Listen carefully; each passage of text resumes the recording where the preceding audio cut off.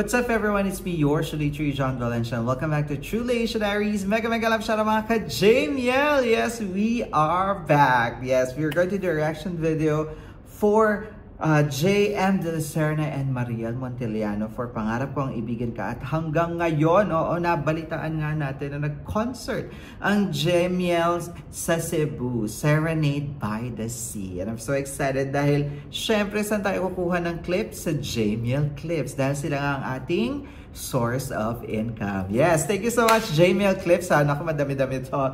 Babawi tayo ng bonggang-bongga. Nakita ko meron ding Die With A Smile. Hindi ko alam kung dito yan sa concert na to or a different one kasi nag-browse lang ako, no? Sinapis na kami concert ang Jamiel sa Cebu. So syempre diretso tayo sa Jamiel Clips to see kung meron siyang clip at meron nga. Kaya naman ito na ang ating reaction video for Pangarap Kong Ibigin Ka at hanggang ngayon. I'm so excited for this, but before proceed mga ka-Jamiel, dahil kababalik ko lang, don't forget to like our video and also subscribe to Truly Asia Diaries. I-share nyo na rin sa mga GC nyo para alam nila. Charit lang. Alright, so ano ba inaantay natin? What are we waiting for? Let's go. Check this out. Alright, we are playing in 3, 2, 1, and go. Ay, ang ganda ng dress naman ng Mariel. Uy, in fairness kay Jamiel Clips, ang lapit niya for today's video.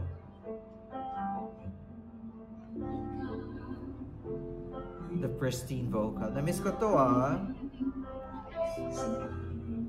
Isa sa paborito kong kanta.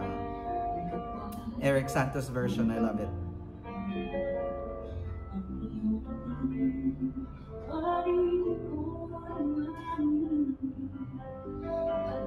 Pa-flits naman palang Mariel for today's video. I love her new hairstyle, no?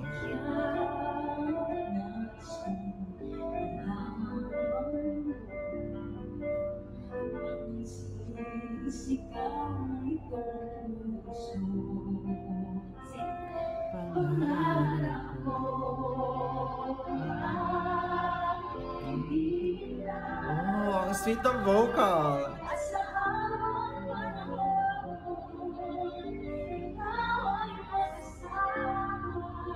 Asa si JM? Akala ko duet nila to agad.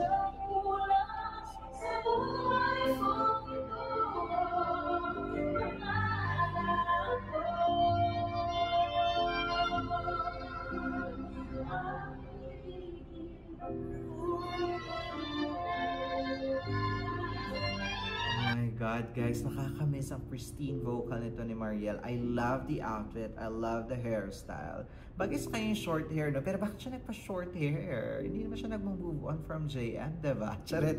Pero, I love it and the way that she is connecting to the audience to sing with her. Maganda yon, magandang ano yon. As a singer, dapat may connection ka sa iyong mga audience. And I love Pangarap Ko Ang Ibigin Ka. One of my Regine's favorite, especially the version of Eric Santos. Kasi favorite ko si Eric Santos talaga, guys. And of course, ang ating Kapitan JM, no?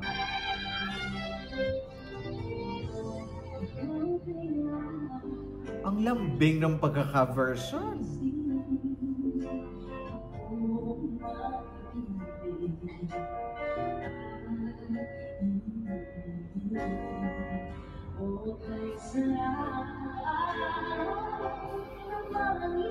Sorry, may sariling version ng Mariel.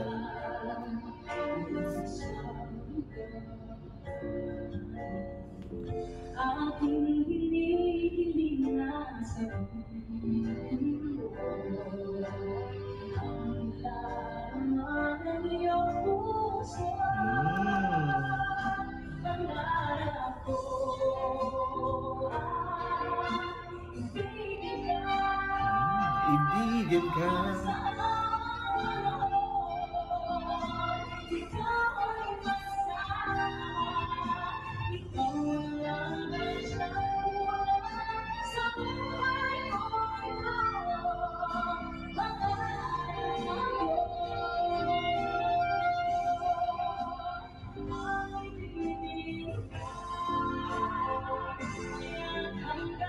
Ay! Oh my God, biglang binago. Kala ko pa naman nandun tayo sa exciting part and we're going to hanggang ngayon. For sure, nandito na si JM because it's a duet, guys. Love Notes, A Serenade by the Sea pala ang title ng kanilang concert. Alam mo, they always have this connection with love in terms of their concert. No, kahit wala, umamin na ba sila, guys? Hindi pa sila ata umaamin. Kahit even the partnership is professionally as a singer, you can feel the chemistry and connection. And it transcends sa mga title ng concert. And I love it.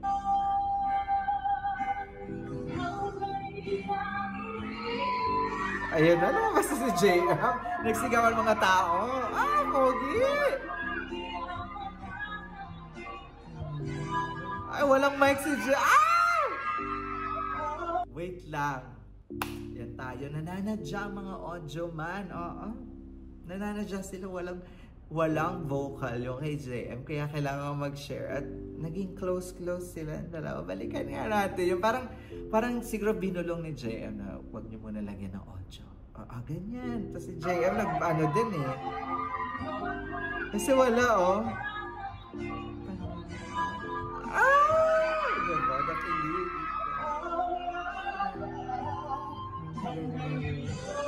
Grabe yun!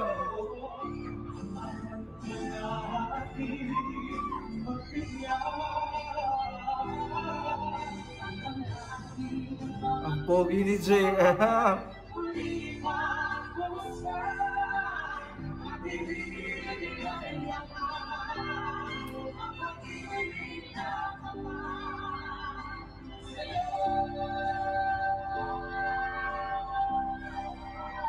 Ooh!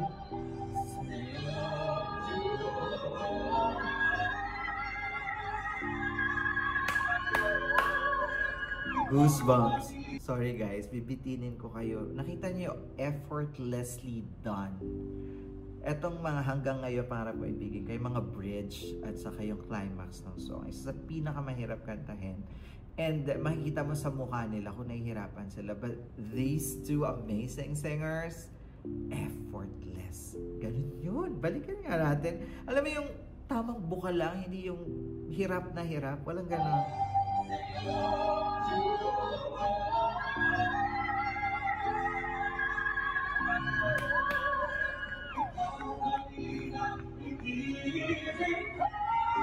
Wow, JM!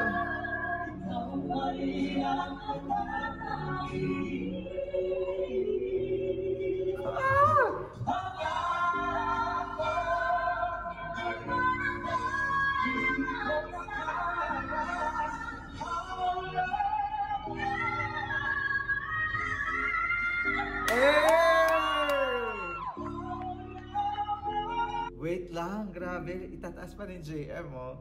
Balikan natin. Mariel hits it. So good!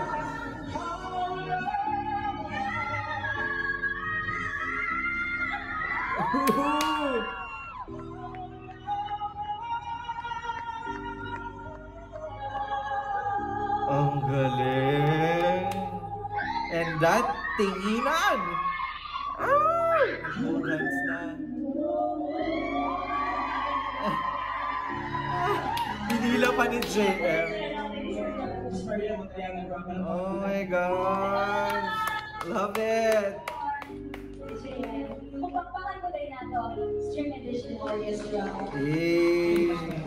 Ang pogi ni JM. Mariel, swerte mo dahil. Ano yun? Ay, hinatid pa. Paka-sweet! There you have it, guys. That is Jamiel for Pangarap Kong Ibigan Ka. At hanggang ngayon, Love Notes, A Serenade by the Sea. Grabe, nabitin lang ako sa Pangarap Kong Ibigan Ka dun sa bridge part kasi bigla naging hanggang ngayon. But of course, seeing JM, tapos yung kilig moments, alam mo, hindi ko alam, hindi genuinely nangyayari siya. No? Hindi naman yung pinlano, pero iba yung chemistry talaga. And biro yung pagpasok ng JM, wala siyang mic. So, he needs to share. Tapos, gano'n, alam mo yun, para talaga naloko yung mga ka-Jamiel natin. And of course, you see how gentleman JM at the end of the video. And of course, yung ano no, high notes, effortlessly done. Nakakabilib, nakakakilig. Ano pa ba? This is the best duo talaga, and they deserve that duet championship. And they deserve all the love and the support. Kaya naman nako, Jamiel Clip, sumanda ka. Kukunin ko pa yung iba na, hindi ko naman kukunin. Iyaano ko lang, re-reactan ko. Oo. Reactan natin lahat ng mga performance, pati mga solo performance ni Jam. Kasi, ang ganda ng mic in fairness. Kasi normally, pag mga live performance in an open area, medyo iba yung vocal, pero ito, ang linaw no? So, malalaman mo talagang magaling yung singer kapag buo yung boses, even in an open area. Tapos recorded lang via phone, hindi siya direct microphone.